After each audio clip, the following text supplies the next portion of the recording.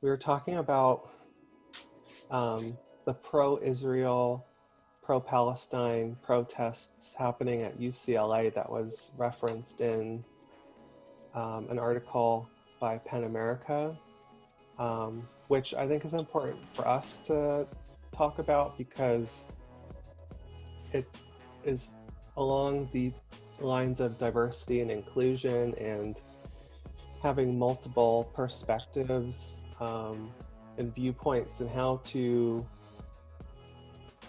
either allow or censor those viewpoints, right? There was this concept of community survival, which was really important to the conversation. The activist in the article, Liat Mena, said that she couldn't really even access that concept of free speech, and I think it's in that more abstract moral capital realm, because her community, being Jewish, has been under attack historically, and her survival of her community was more important than free speech. She referred to it as social capital, like not even being able to access that social capital. But when you talk about free speech, I think it goes into like a moral realm, because we have like the First Amendment, and I think it was an interesting thing to think about because there's so much controversy today, binary thinking, that slippage or assumption that someone might be racist based on what their political beliefs are, or they might hold a view where they support Palestine and are part of that BDS movement. So there's maybe the potential for them to slide into that anti-Semitism category, but we can't always assume that. And, you know, do they deserve to have a voice on campus too? I think this is not unique to a college campus, but it's also in the workplace. Some people have to cover or self-censor what their views are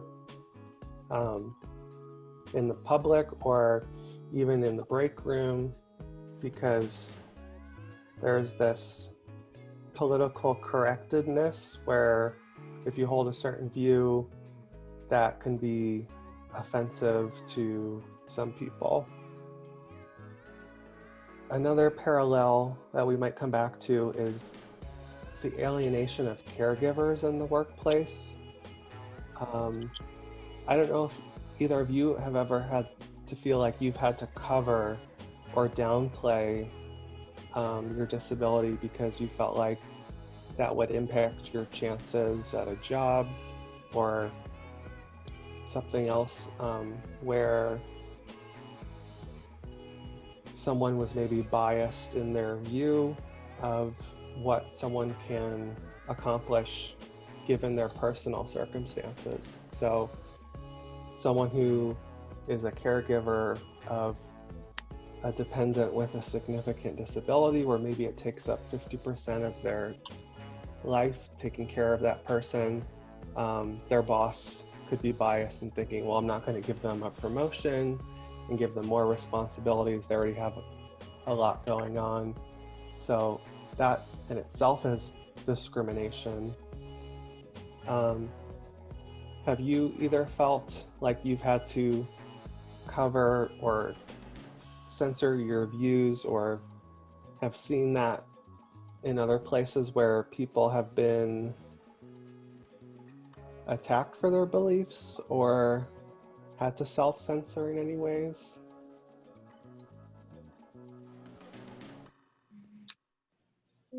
Well, with me, it was like when my mom was first diagnosed with breast cancer. And this was back in so she was getting her treatments in 2015. So I was her caregiver, and then I had to work too, because I was getting ready to move and stuff. But it was like my family. I mean, I did drive, but I didn't drive far. But I felt like everybody was telling me I should do more for my mom, or I need to do this, or need to do that. But I could do what I can as best as I can. And then when I got hurt, back-to-back incidents, my mom was, so it was like a reverse. So she was my caregiver too. Mm-hmm. And so those last few months before my mom passed, I was kind of helping her as best as I can. But it was I couldn't balance as well anyway, so I did everything I can best at my ability. And so it's just that she did more for me than I did for her. But it's like, when I was thinking about when she was diagnosed, because I couldn't handle that. When she first got diagnosed, I didn't talk to her for almost like 2 weeks, and I never talked about how I felt about her getting diagnosed and anything. So I always kept it in, and then when she needed my help, so I just kind of just like sucked it in, and just like, and then when everybody was telling me what I should do, and then so I exploded, and so I decided to leave the state because I thought my mom was going to die then. Mm-hmm. So, but it's just, and then she was also, even though she was a caregiver to my stepdad, and he was diagnosed with cancer himself, and so she was doing caregiving for him and stuff while she was going through cancer. But it was just, I watched it, and I used to caregive for my family, my grandmother and my aunt and stuff. So I always was the caregiver, taking care of them as best as I can. Yeah. So I understand that side of it, and then I understand about someone's helping me out now, and I have somebody helping me out now. So I try not to be so pushy or try to be so demanding. Because I understand that side to being a caregiver. So Yeah. Well, thanks for sharing that, because I think that's an important point, that there is a lot of pressure, a lot of voices maybe when you are a caregiver that you should be doing more, or just finding that balance between having a job and being a caregiver, and maybe having a disability or another thing that you can't be open about for fear of a limited opportunity. That is a lot of pressure, and I think they don't know unique to you what your life is like, what your family is like, right? So that's where we have this relationship with our cultural capital, like what is unique to our intersection of our identities, unique to our family, to our culture, our worldview, and does that really fit in to the mainstream view of what people value in a wider context of all cultures? So thanks for sharing that piece about caregiving, because I think it's really important as my parents are aging. They call it the silver tide is coming, right? Where that's going to be a bigger job in the future to be a caregiver. And I think something like 50% of millennials will at some point identify as that. And there's still a lot of stigma and bias for those people in the workplace and elsewhere. So Like if we have a severe disability, that's your caregiver is your parents, or they have to hire one, so they can put food on the table for you to take care of yourself, take care of you, and take care of them. And it's hard, and sometimes it's hard to find the caregiver that you care for to take care of you. I was very fortunate that my mom was my caregiver and I was hers, and because we knew each other since I was born. Yeah. And so we knew everything about each other, and so that's what made it easier. And then I know I was a hard person. I mean, I'm better than I was like 2 years ago. So Yeah. But I think that's a really good point, thinking about age too, because there's a lot of age discrimination in the workplace where someone might not get a job because they don't have the latest information on software engineering, for example, or they want people who are up on the newest technology, who maybe haven't started a family yet. That's kind of what maybe some businesses are recruiting for, consciously or not. But when you were mentioning your grandmother and driving her car, that made me think too, is, we tend to think older people, they're not as good drivers because maybe they have vision problems or hearing problems. But again, like you said, everyone is different. You got to really look at the individual and not put everyone in the same group where, oh, you reach 70 years old, we're going to take your driver's license away. It really depends on the individual. And I think it's really natural and human for families to take care of each other. So that's where this concept of alienation comes in, and self-censorship, because we don't really talk about caregiving.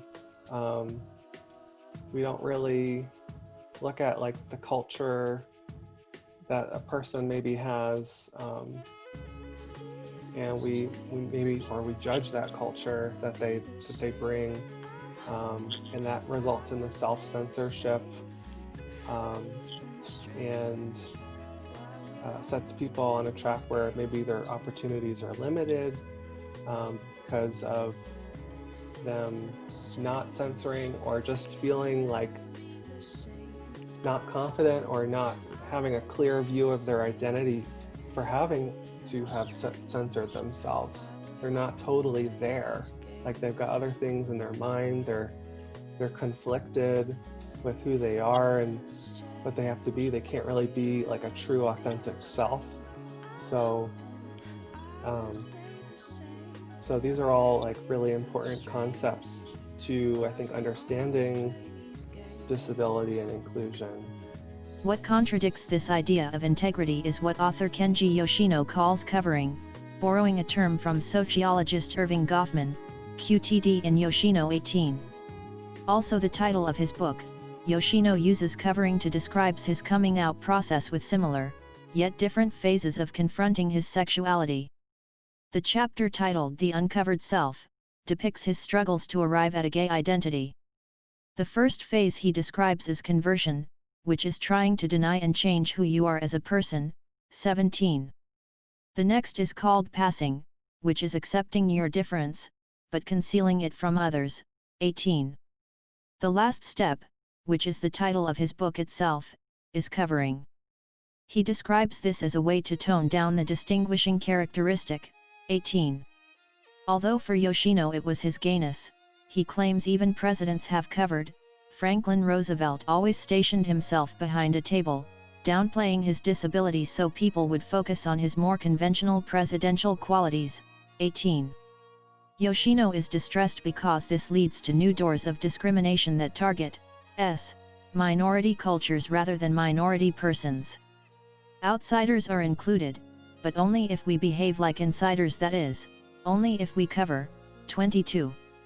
He also points out that human beings hold many identities, the mainstream is a shifting coalition, and none of us are entirely within it, 25. This component of covering goes against what Merz would call integrity. Therefore, this journey would be incomplete in his eyes, like a butterfly who holds its wings in close. A real butterfly flaps its wings in the breeze, full of integrity. Likewise, someone who is forced into a professional field they do not desire cannot have integrity because they are not being true to themselves. Yoshino argues it is normal to cover, but what this is doing is making the mainstream seem more like a real entity, whereas mainstream is a myth. 25. Ironically, he suggests, by not trying to stand out, we are making it harder to fit in. Yoshino's main focus in writing this piece is to say how we are attacking our own civil rights by choosing to assimilate to a norm which perpetuates inequalities. Doubt is an internal message that Yoshino had over his sexuality which led him to this process. This is part 12 of the research. This section was on trade unions and how they can be supportive of people with disabilities in the workplace, people who are neurotypical or neurodiverse, but maybe they're working in a neurotypical environment. So we're going to talk about a lot of things today, subcultures and the role of these advocacy organizations, which I kind of see having this role of something I like to call cultural capital, but something about these groups where they serve to bond people of similar experiences and kind of provide that corrective social healing experience we talked about before.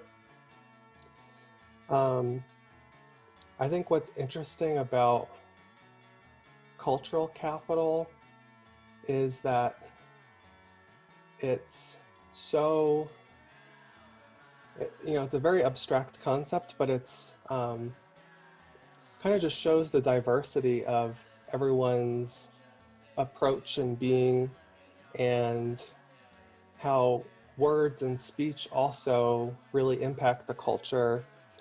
And there's this term called linguistic relativity. So the linguistic piece is your speech and how that makes people feel a certain way about their experience based on the speech and the communities that they surround themselves by. But that relativity, that's, the changing element. So we may all have a certain upbringing or a certain experience from childhood that creates who we are. And I think it's a really interesting thing to examine when you think about groups and identities. And there's this model that I want to share called the Johari window. And we're going to talk about the blind self. And that is what I would equate to cultural capital, because it's something that other people might see about you, but not necessarily something you see about yourself. So I'm going to share this article because it has a cool picture, I think, to kind of describe this process a little bit better. But I think this is a good tool that organizations can use if they're trying to make the environment seem more inclusive and people can bond and get to know each other better. Because the way that people develop that interpersonal relationship is through disclosure. And we've been talking about disclosure of a disability, of being a caregiver, and those are things that are going to come up in part 12. So I wanted to kind of share this model as it relates to this idea of cultural capital, but also social capital, because we've talked about that previously too, and how social capital is a way for you to be more self-determined and be able to access different opportunities through knowing kind of what to say at the right time. And I think that sort of is in contrast to this idea of cultural capital. So if we look at this picture, this person peeking through the blinds, I think this is the blind self, where, like I said, it's your cultural capital, not necessarily something that you see about yourself, but other people might see. And then this person who's like half hidden behind this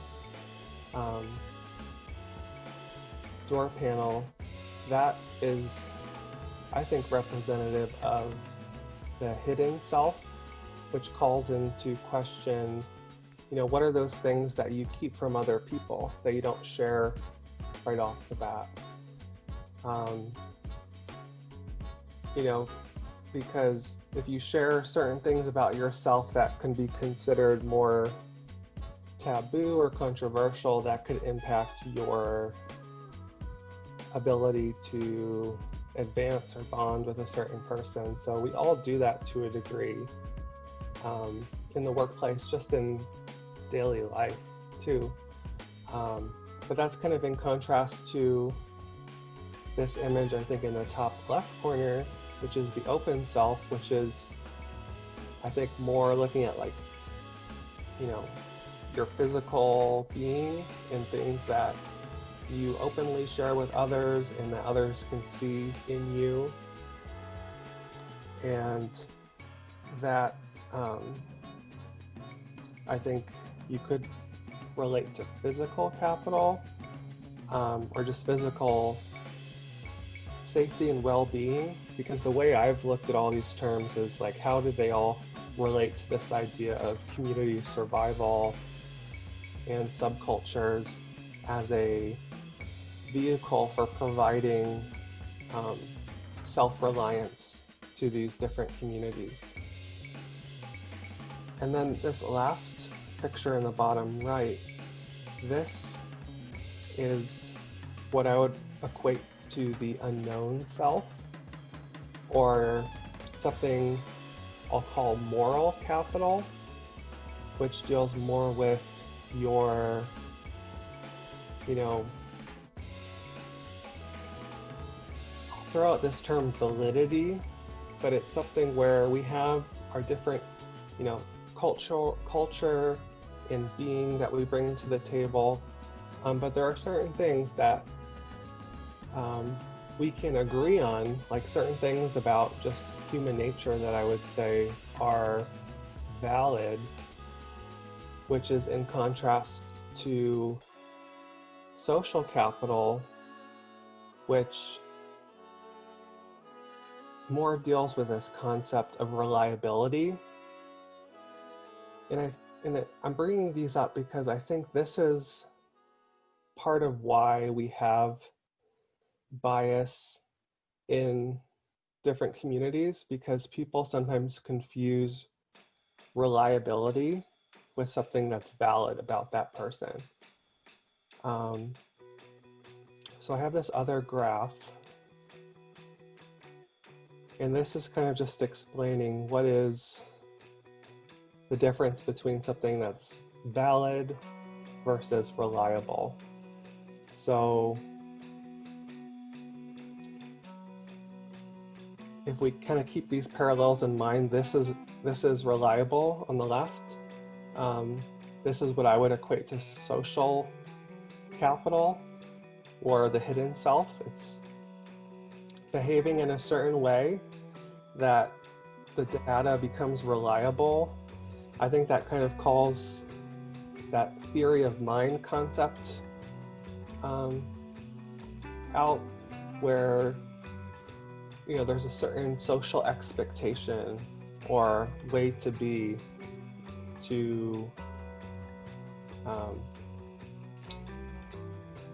able to like have more and more opportunities present themselves to you based on how you are being socially effective in certain situations.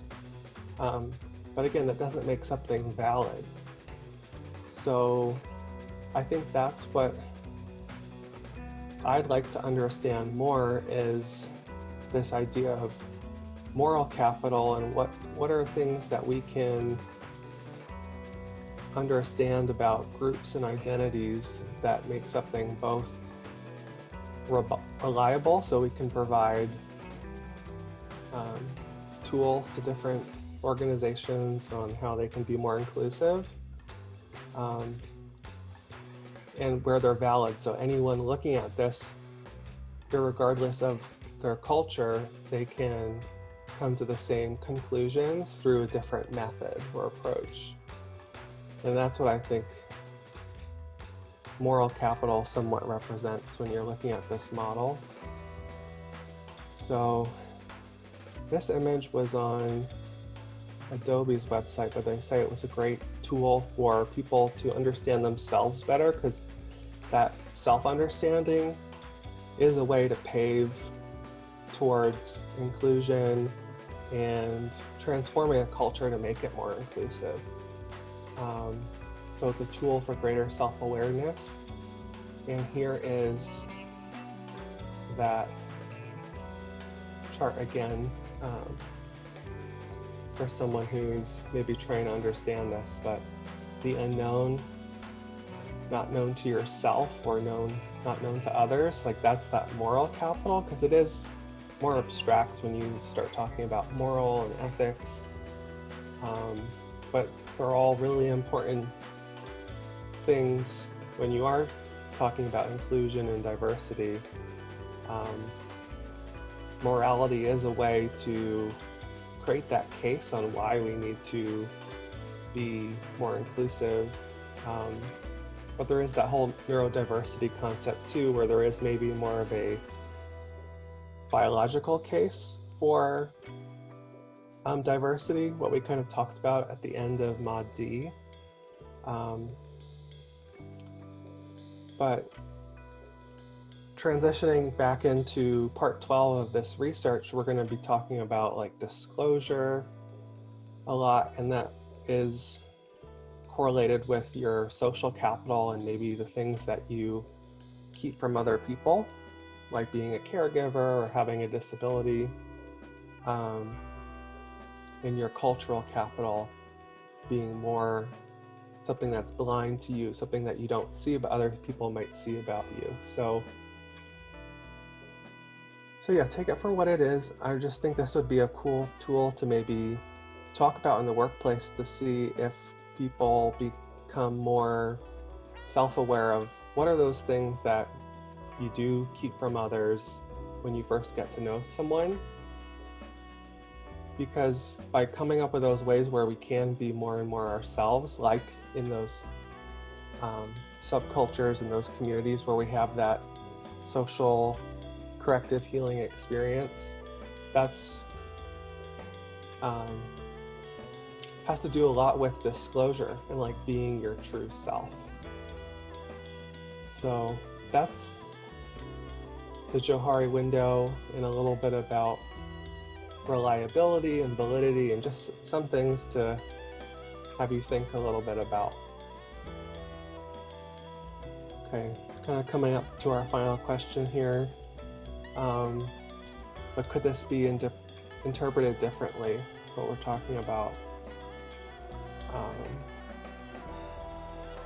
I think I said before, it's important to be mindful of being overly compliant. It is that divergent thinking that is what drives evolution. And the first time I heard that or thought about that, I thought that was a really interesting thing. But it is those people who think differently, think outside the box, and that is what allows us to evolve and hopefully get more inclusive. But it is those people who are more of a divergent thinker. So I think if you are overly focused on compliance, you're not really allowing for that divergent thinking, or for people to speak up and say, well, what about if we did it this way? So Um, but yeah, just thinking about this differently, like you could have more than one marginalized group that needs a different set of materials or maybe a different policy to address their unique needs in the workplace. Um, Especially if there's a lot of social rules that are not being said or aren't explicit, that people just have to like pick up on the cues and understand how the culture works. Someone, if they're foreign or neurodiverse, I think having differentiated materials for those audiences could be helpful to advance inclusion too.